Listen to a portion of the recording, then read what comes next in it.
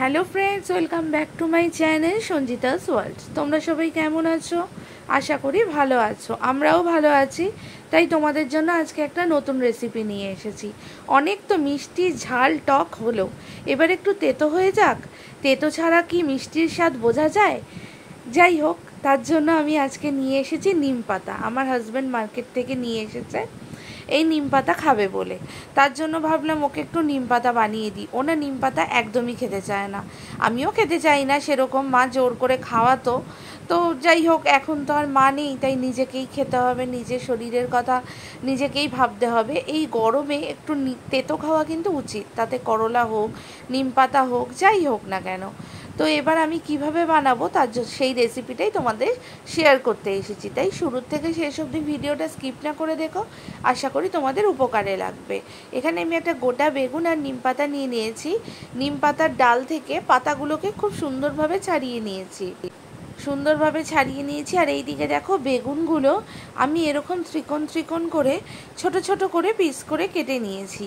এইভাবে করেই তোমরা কেটে নেবে বেগুনগুলোকে, তাহলে বেগুনগুলো দেখতেও সুন্দর লাগবে আর সহজে নরমও হয়ে যাবে।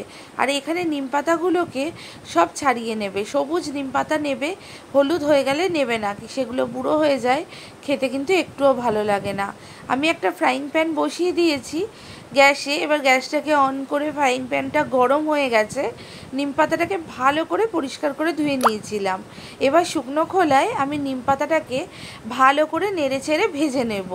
এই শুকনো খোলায় ভাজলে এই যে নিম পাতাগুলো পুরো ড্রাই রোস্ট হয়ে যাবে, একদম গুঁড়ো গুঁড়ো করে নিয়ে তারপর বেগুনের সাথে আমি ভাজা করব। তাহলে খেতেও ভালো লাগবে আর তেতোটা একটু হলেও কম লাগবে। তার জন্য আমি একসাথে নিম বেগুন না দিয়ে এইভাবে করে প্রথমে ড্রাই রোস্ট করে নিই নিম পাতাগুলোকে, তারপরে সেই নিম পাতাগুলোকে গুঁড়ো করে বেগুনের সাথে রান্না করি।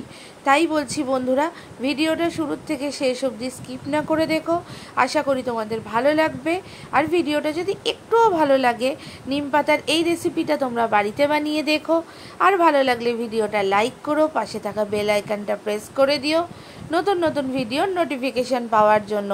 আর হ্যাঁ বন্ধুরা, ভিডিওটা দেখে প্লিজ চলে যেও না। চ্যানেলটা যদি সাবস্ক্রাইব না করে থাকো তাহলে সাবস্ক্রিপশানটা করে দিও, তাহলে অনেক বেশি ভিডিও দেওয়ার ইন্সপিরেশান পাবো। যাই হোক বন্ধুরা, অনেক গল্প করতে করতে আমার দেখো নিম পাতাগুলো প্রায় ড্রাই রোস্ট হয়ে গেছে।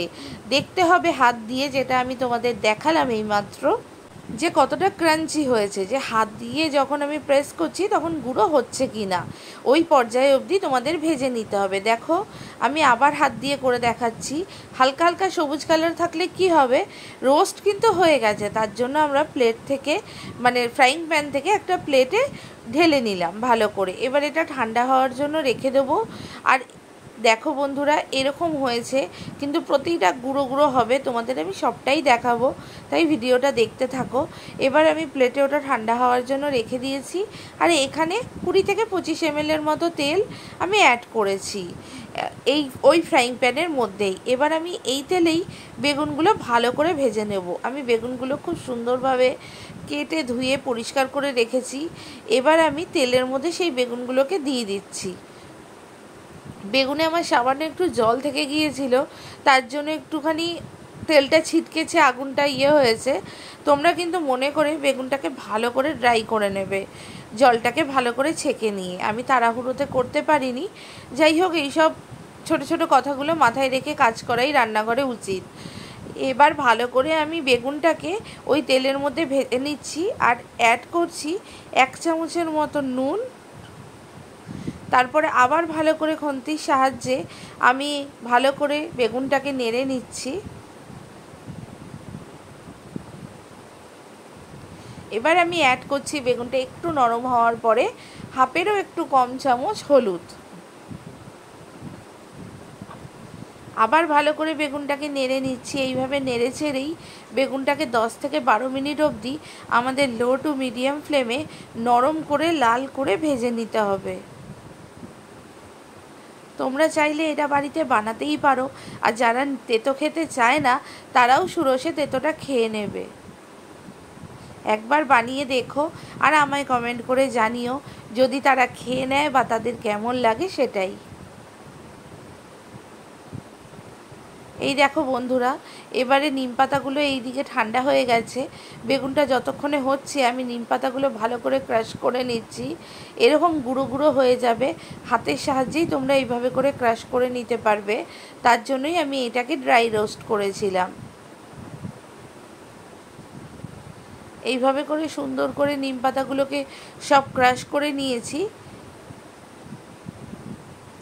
এবার বেগুনটাও ভাজা ভাজা হয়ে এসছে, নরমও হয়ে গেছে, সুন্দর নরমও হয়েছে, লালচে লালচে কালারও হয়েছে।